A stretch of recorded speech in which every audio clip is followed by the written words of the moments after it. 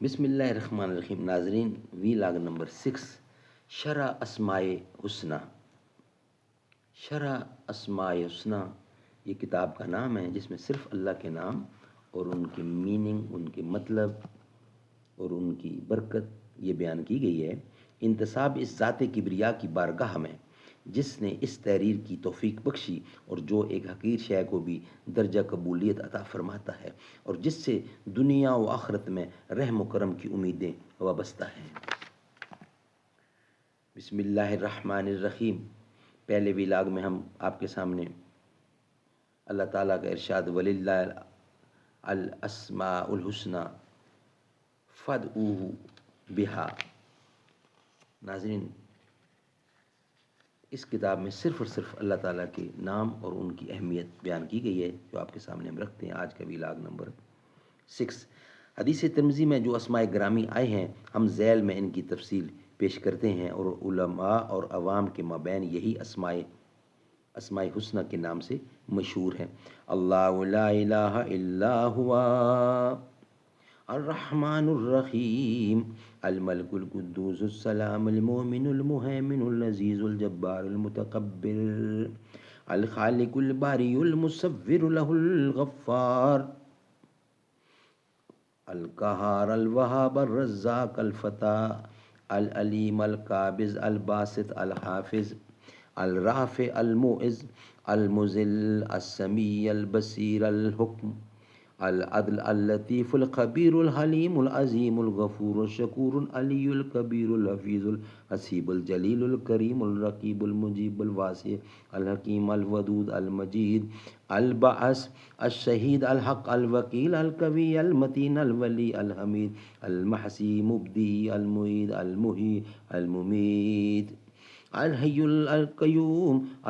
القیوم الواجد الماجد الواحد الصمد القادر المقتدر المقتدم المؤخر الاول الآخر الظاہر الباطن الوالی المتعال البر السوا التواب المنتقم الافعال الرؤوف مالک الملک ذو الجلال والاکرام المقسط الجامع المغنی المغنی المانع الزارع النافع النور الہادی البدی الباقی الوارث الرشید الصبور.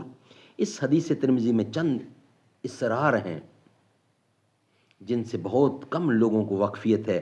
ان کا بیان کرنا بھی ضروری ہے. یہ تمام اسماء توفیقی ہیں، توقیفی ہیں. توقیفی کا مقصود یہ ہوتا ہے کہ جن الفاظ میں کسی قسم کا رد بدل اور کمی زیادتی جائز نہ ہو. جیسے کہ قرآن مجید میں یاد رکھیے کہ احادیث میں جتنی دعائیں مروی ہیں سب توقیفی ہیں. ان میں کسی قسم کی کمی یا زیادتی یا کسی قسم کی تبدیلی ہرگز جائز نہیں. اس کی علت و درجہ سے بجز اللہ تعالیٰ سے کہ کوئی واقف نہیں ہوتا. مثلا الرحمن الرحیم کے بجائے الرحمن الرحیمین کہنا جائز نہیں، یعنی الرحمن الرحیم کی بجائے الرحیم الرحمن، یعنی الٹا کہنا جائز نہیں، کیونکہ یہ حدیث میں تبدیلی ہوگی، یہ حدیث میں تبدیلی ہو جائے گی اور حدیث میں جان بوجھ کر تبدیلی کرنا کسی صورت میں بھی جائز نہیں ہے. ناظرین، روزانہ کی بنیاد پر ہم آپ کے سامنے ایک ویلاگ رکھتے ہیں. آج کا ویلاگ ہمارا کمپلیٹ ہوا. انشاءاللہ نیکسٹ ویلاگ ہم ویلاگ نمبر 7 آپ کے سامنے رکھیں گے. روزانہ کی بنیاد پر ایک ویلاگ آپ کے سامنے پیش کرتے ہیں.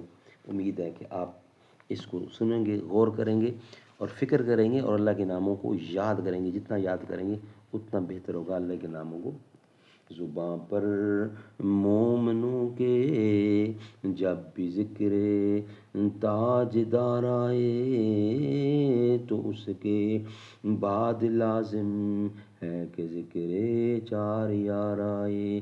ابو بکر و عمر عثمان و حیدر جب بھی باغباں ہوں تو پھر کیوں کرنا باغ مصطفیٰ میں ایک بہار آئے.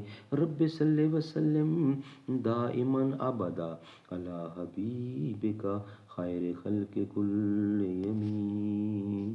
السلام علیکم.